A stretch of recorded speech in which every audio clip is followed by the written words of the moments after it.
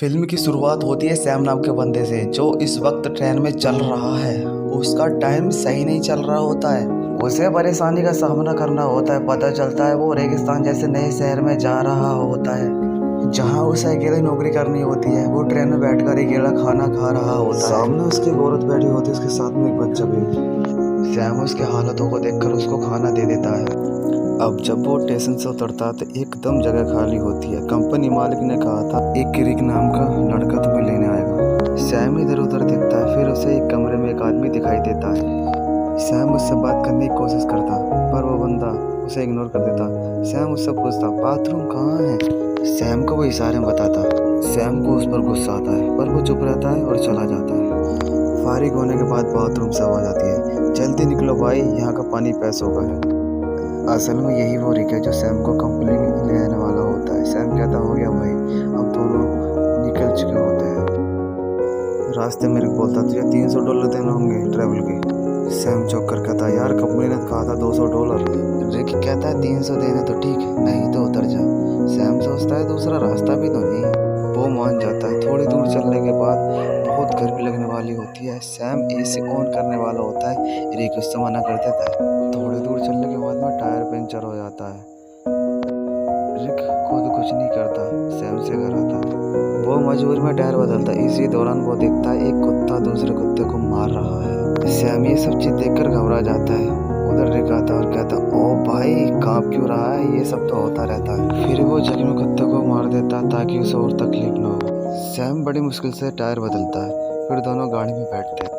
Fuel भरने के लिए रात को गाड़ी रोकते हैं और वहीं रात गुजारने के लिए लकड़ी इकट्ठा करके आग जलाते हैं। रिक पूछता है तू इतनी दूर कंपनी क्यों जा रहा है। यार जिंदगी बहुत खराब चल रही है, मैं चाहता हूँ मैं किसी का मोहताज न बनूं और मुझे यकीन है मुझे उस कंपनी में अच्छी से जॉब मिल जाए।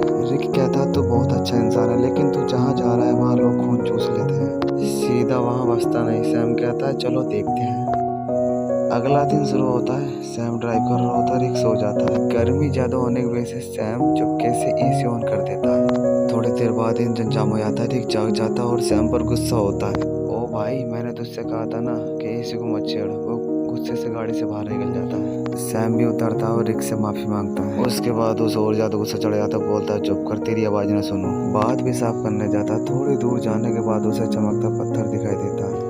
करीब जाकर जब वो देखता तो पता चलता ये तो खाली सोना है। वो फौरन रिक को आवाज लगाता ओ इधर आ, कहीं मैं सपना तो नहीं देख रहा। रिक जैसे ही देखता चौंक जाता। वो लाइटर निकाल कर चट्टान को जलाता और बोलता अगर काला हुआ तो नॉर्मल पत्थर, वरना खाली सोना। चट्टान जैसी की तैसी रहती है। मतलब सोना कन्फर्म। अब गड्ढा खोदने लगते हैं ताकि सोना निकाल सके। पूरी ताकत लगाते लेकिन चट्टान हिलती नहीं। रिक रस्से की मदद से गाड़ी से बांधकर चट्टान को खींचने की कोशिश करता है ताकि खींच सके, लेकिन रस्सी टूट जाती है क्योंकि सोना भारी होता है।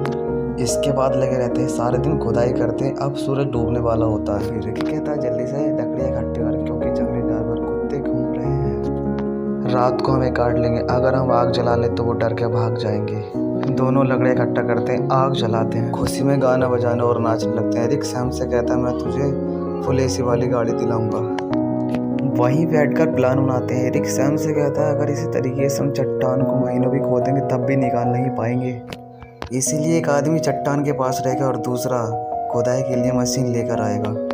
सैम कहता है भाई तू जा, मैं चट्टान का ध्यान रखूंगा। रिक कहता नहीं भाई तू जा, मैं चट्टान का ध्यान रखूंगा। रिक कहता है यहाँ पर हर तरफ जंगली जानवर, तू ये सब सहन नहीं कर पाएगा। सैम कहता नहीं भाई तू जा, मैं सब देख लूंगा। सैम कहता तू वैसे भी चोर है, मैं तुझ पर कैसे भरोसा कर लूं। रिक कहता है चल भाई ठीक है, तू सोने का ध्यान रख, मैं जाता हूँ। अगले दिन को वो राशन बांटते हैं। रिक सैम को सैटेलाइट फोन देता है ताकि दोनों कांटेक्ट में रहें। रिक कहता मेरे एक दोस्त के पास खुदाई मशीन है, वही लाऊंगा, बस तू अगर गाड़ी खराब ना हो, मुझे वापसी आने में 5 दिन लग सकते हैं। और वो चला जाता है। सैम सोने के ऊपर मट्टी डाल देता है ताकि कोई इधर से आए तो वो सोने को देख न सके। और वो छोटा सा टेंट बना देता है चट्टान के पास और उसके अंदर वो अपना सारा सामान रख देता है। सूरज डूबने से पहले वो लकड़ी इकट्ठा करता है ताकि रात को वो आग जला सके। आग जलाकर बैठ जाता है। खाने में से थोड़ा खाना खाकर बाकी खाना रख देता। अचानक से उसे कुत्तों की आवाज आती है और उसे एहसास होता है कि वो अकेले की वजह से आसान शिकार है। वो डर जाता है और चाकू हाथ में लेकर सो जाता है। अगली सुबह तेज धूप से उसकी आँख खुल जाती है। बहुत गर्मी और थकान होती है। नींद पूरी नहीं हुई होती है और सूरज की तपीयत उसकी स्किन को जला रही होती है, तभी सैटेलाइट रिंग आती है। सैम दौड़कर फ़ोन के पास जाता है लेकिन तब तक कॉल कट हो चुकी होती है। वो टेंट में बैठकर सोना को देखकर सोचता है, सबसे पहले मैं सोना को बेचकर घर खरीद दूंगा। फिर वो थोड़ी दूर पास के इलाके में घूमता है, उसे एक क्रैश प्लेन दिखाई देता है। वो फ़ौरन क्रैश प्लेन के पास जाता है और वहीं रहने का फैसला करता है, लेकिन वहाँ से उसको टेंट नहीं दिखाई देता है, इसीलिए वो वहाँ से क्रैश प्लेन के कुछ टुकड़े उठाकर चट्टान के पास में टेंट बना लेता है। सैम कुछ देर के लिए आराम करता है ताकि थकान कम हो और पानी की बचत हो। अचानक उसे कुछ ऐसी आवाज़ आती है जैसे सोने की चट्टान की कोई चोरी कर रहा हो। वो बाहर निकलता है लेकिन उसे कुछ ऐसा दिखाई नहीं देता। चट्टान वैसी की वैसी होती है और सैम चट्टान के पास बैठ जाता है। अचानक वो सोचता है क्यों ना सोने का टुकड़ा ले लिया जाए। सैम पत्थर उठा के सोने को तोड़ने लगता है। सैम पत्थर से सोना तोड़ने में कामयाब हो जाता है। सैम टुकड़े को उठाकर उसको साफ करके अपने पास रखता है और रिकी की कॉल आती है। सैम कहता है, ओ भाई, सूरज ने मेरा हाल बुरा कर दिया। रिक कहता है, भाई गाड़ी में दिक्कत आ गई, थोड़ा आने में टाइम लगेगा। सैम कहता है, जल्दी कर, प्यास से मर जाऊंगा। रिक कहता है, भाई आने में थोड़े दिन और लगेंगे। रात को सैम आग के पास बैठा होता है और कुत्ते चारों तरफ से आवाज़ निकालने लगते हैं। सैम को डर लगता है कि सारे कुत्ते मुझ पर हमला ना कर दें, इसलिए वो जली लकड़ी को दिखाने लगता है कि सारे कुत्ते देखकर भग जाएं। रात भर कुत्तों के डर से वो सो नहीं पाता। सुबह सोना चाहता लेकिन सूरज की तबीयत ने उसके स्किन को जला दिया था। दर्द से वो सो नहीं पाता। वो पानी पीने जाता है लेकिन पानी बहुत कम बचा था। इतने में उसको एक सांप आता दिखाई देता है और वो उसको सांप को मारना चाहता है क्योंकि खाना भी इस वक्त ख़त्म हो चुका होता है। सांप को मारते वक्त पानी की बोतल गिर जाती है, उसमें से थोड़ा सा पानी बच होता है। फिर वो क्रैश प्लेन के एरिया में जाता है। सैम उम्मीद करता है शायद उसके अंदर कुछ खाने को मिल जाए। सैम को दूर एक आदमी आता दिखाई देता है, उसको देख प्लेन के अंदर छिप जाता है लेकिन वो सैम के पास आ जाता है। सैम को देखकर वो सैम को बाहर आने के लिए कहता है लेकिन पता चलता है तो वो तो एक लेडीज है। सैम उससे बात करने के लिए तैयार नहीं होता। लड़की पूछती है, तुम यहाँ रहकर क्या कर रहे हो और तुमने ये जगह क्यों चुनी? सैम उसको कोई जवाब नहीं देता। थोड़ी देर बाद सैम लड़की से कहता है, तुम इस प्लेन में रह सकते हो, और खुद वहाँ से चला जाता है। लड़की कहती है, तुम मुझसे कुछ छुपा रहे हो। वो सैम के पीछे पीछे चलने लगती है और वो सैम के टेंट के पास पहुँच जाती है। वो सैम से बार बार पूछती है, तुम आखिर यहाँ पर कैसे आए? सैम सोचता है इससे पहले ये सोना देख ले, इससे पहले इसको भगा दिया जाए। सैम लड़की से कहता है, क्यों आई हो यहाँ पर? मुझे तुम्हारी कोई ज़रूरत नहीं है, तुम्हें यहाँ से चला जाना चाहिए। लड़की कहती है, मैं तब तक यहाँ से नहीं जाऊँगी तब तक मुझे ये पता नहीं चल जाता तुम यहाँ से मुझे क्यों भगा रहे हो। जरूर तुम मुझसे कुछ छुपा रहे हो। उसी वक्त उसकी नज़र सोने पर पड़ जाती है। लड़की कहती है, अच्छा अकेला मालिक बनना चाहते हो? ये सारा खजाना अकेले ले जाओगे? अब मेरी बात सुन, मैं तब तक यहाँ से नहीं जाऊँगी जब तक मुझे इसका आधा हिस्सा नहीं मिल जाता। सैम को गुस्सा आता है, वो डंडा उठाता है, उस लड़की के सिर में मारता है। लड़की वहीं मर जाती है। सैम सदमे में आ जाता है, उसे यकीन नहीं होता कि वो लालच में आकर उसने किसी को मार डाला। फिर खुद को संभालता है, उसकी सारी कीमती चीज़ निकालता है, फिर गड्ढा खोदकर उसको उसमें दबा देता है। सैम थोड़ी देर बाद देखता है एक कुत्ता उस बॉडी को निकाल कर खींच रहा है। सैम उस चीज़ को देखकर कुत्ते को भगा देता है और थोड़ी देर बाद जाकर वो लकड़ी से आग लगाकर जला देता है। अगले दिन उसकी आँख फ़ोन की रिंग से खुलती है। सैम रिक से कहता है, ओ भाई तू कहाँ है? अगर तू टाइम से नहीं आया तो मैं भूख प्यास से मर जाऊँगा। रिक कहता है, सॉरी यार, मुझे पता है तो बहुत तकलीफ में है, मैं जल्दी आ जाऊँगा। बस ये खुदाई वाली मशीन है, बहुत स्लो है, थोड़ा टाइम और लगेगा। सैम परेशान हो जाता है, भूख तकलीफ से ज़्यादा परेशान।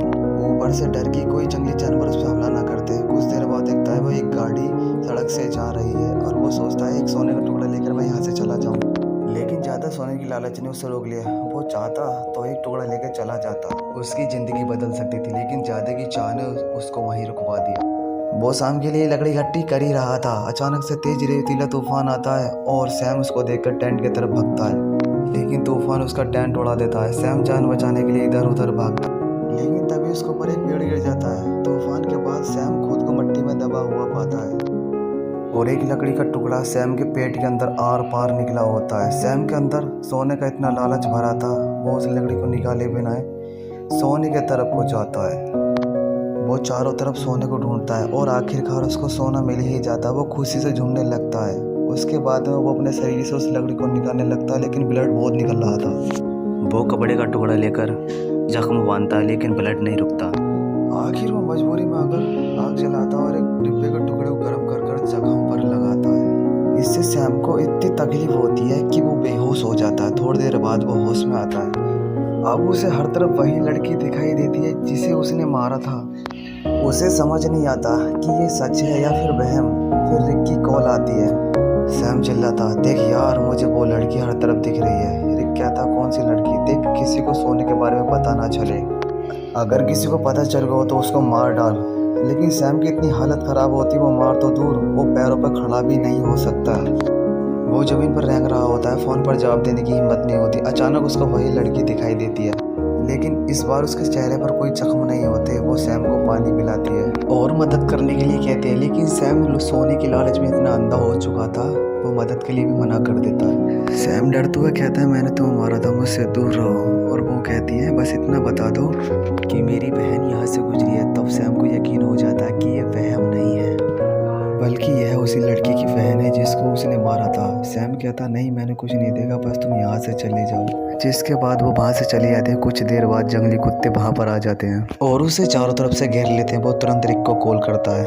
वो रिक से पूछता है, तुम कहाँ हो, जल्दी आओ नहीं तो मुझे कुत्ते मार डालेंगे। और वो रोने लगता है और रिक से रिक्वेस्ट करता है कि प्लीज़ जल्दी आ जाओ, मैं मरने वाला हूँ। रिक कहता है, रुक जा, मैं पहुँचने वाला हूँ। तभी कुत्ते हमला कर देते हैं। एक एक करके सब उसको नोचने लगते हैं। यहाँ हम देखते हैं कि रिक दूर बैठकर दूर से ये सब देख रहा होता है। असल में वो कई दिन पहले मशीन को लेकर पहुँच गया था। बस वो सैम के मरने का इंतज़ार कर रहा था ताकि वो सारा का सारा सोना अकेले ले जाए। रिक वहाँ पर छुपकर खड़ा होता है। वो देख रहा होता है कि सैम को जंगली जानवर घसीटते हुए ले जा रहे हैं। फिर वो सोने को देखता है, जिसके बाद सैम को जंगली कुत्ते नोच नोच कर खा जाते हैं।